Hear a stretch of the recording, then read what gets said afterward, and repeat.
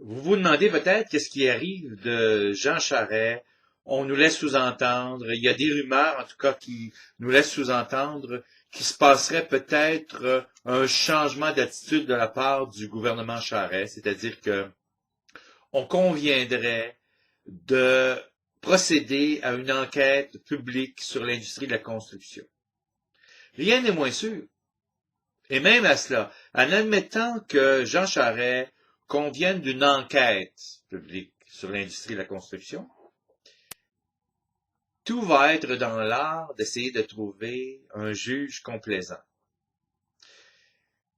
Et ça, ce n'est pas impossible puisque, comme vous le savez, le gouvernement Charest, dans ce domaine-là, a donné dans la nomination du juge.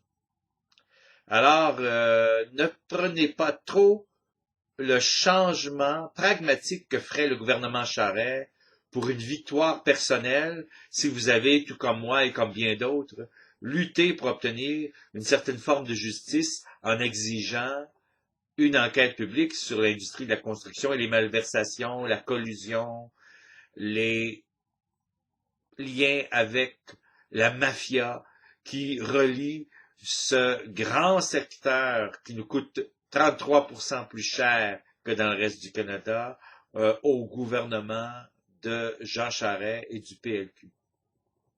Mais bon, si le premier ministre nous annonce une enquête publique, c'est déjà un grand pas de fait pour la démocratie au Québec, puisque nous pourrons sommer des gens à comparaître et nous pourrons éventuellement demander à des enquêteurs policiers qui ont dû déposer des dossiers parce que les gens ont plaidé coupables, de venir nous les présenter ici et de venir nous expliquer quelle a été la mécanique reliée à les mener à des accusations, ces gens-là.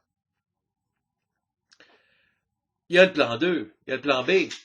Le plan B, évidemment, c'est que si les libéraux, en fait, c'est plutôt si les financiers du Parti libéral, ceux qui ont appuyé financièrement le PLQ, si donc les vrais meneurs du Parti libéral décident de donner à Jean Charest la directive de déclencher une enquête publique sur l'industrie de la construction, c'est qu'ils vont pouvoir compter sur l'appui d'un parti blanc comme neige, c'est-à-dire tout nouveau, qui sera celui de M. François Legault.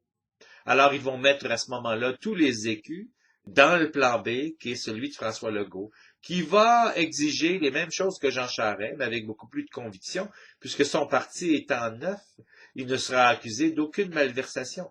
Alors, il va exiger, par exemple, des Québécois de faire des sacrifices, d'aller vers les PPP, de privatiser des sociétés d'État et de donner encore aux mêmes amis du Parti libéral du Québec, qui sont les financiers derrière le nouveau parti de M. Legault, qui n'est pas encore formé, soit dit en passant, puisqu'il s'organise en échappant aux exigences du DGEQ actuellement, et c'est très intelligent de le faire, mais ça démontre encore là le manque d'honnêteté de ce regroupement-là, puisqu'ils devraient, depuis le début, puisqu'ils avaient l'intention de devenir un parti politique, s'exposer aux exigences du DGEQ. Enfin. Donc, on aura le plan B et les supporters du Parti libéral du Québec vont tout à coup migrer lentement vers la structure du nouveau parti de François Legault pour que ce dernier puisse donner dans les mains des financiers de ce parti les nouveaux guidons de l'État, comme Jean Charest l'a fait par le passé aux mêmes personnes. Alors, bonnet blanc, blanc bonnet, je ne pense pas, puisque vous êtes les citoyens et vous êtes en mesure de décider, tout comme moi, si on vote pour les gens de François Legault. Moi, je ne suis pas d'avis qu'on doive le faire, parce que ce serait encore une fois se remettre la corde au cou avec les mêmes exploitants qui ont utilisé les deniers publics à partir du gouvernement du Parti libéral du Québec. Je pense que ces gens-là ont suffisamment récolté d'argent de la part des deniers de l'État. Il est temps que les deniers de l'État reviennent aux consommateurs, reviennent aux votants, reviennent aux citoyens qui méritent bien cela. Alors, c'est à suivre. C'est une longue saga politique au Québec, qui est une longue tentative des citoyens de réobtenir un gouvernement qui gouverne dans l'intérêt des citoyens. Un gouvernement pour les citoyens, par les citoyens, et qui puisse, je dirais, gérer l'État comme un bon père de famille, comme un bon gestionnaire des biens publics.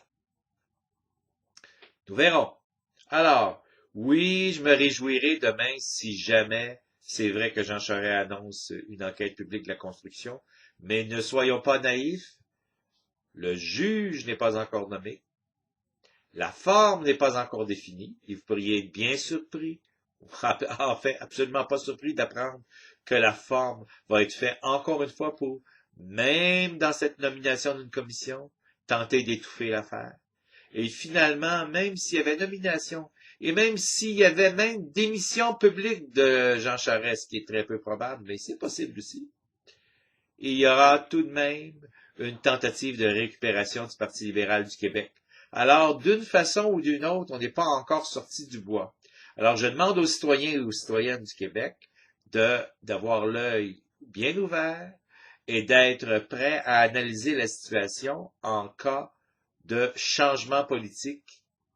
Et je vous dis tout de suite que aussitôt que le gouvernement Charest va annoncer une élection, il va, pardon pour le lapsus, mais le lapsus s'applique puisque aussitôt qu'il va annoncer une enquête publique de la construction, il sera tenté d'annoncer une élection, c'est-à-dire d'avoir une élection avant que nous recevions les résultats de cette enquête.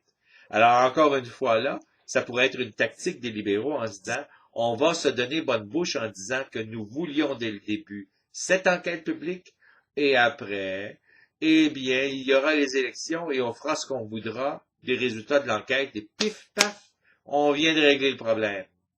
Alors, attention, ne soyons pas naïfs demain, mais je croise les doigts, tout comme vous, et je me dis, si on avait une enquête sur l'industrie de la construction, sans tentative de manipulation, à ce moment-là, ce serait une bonne chose pour la démocratie au Québec et surtout pour le nettoyage de la mainmise de la mafia sur les infrastructures paragouvernementales et gouvernementales.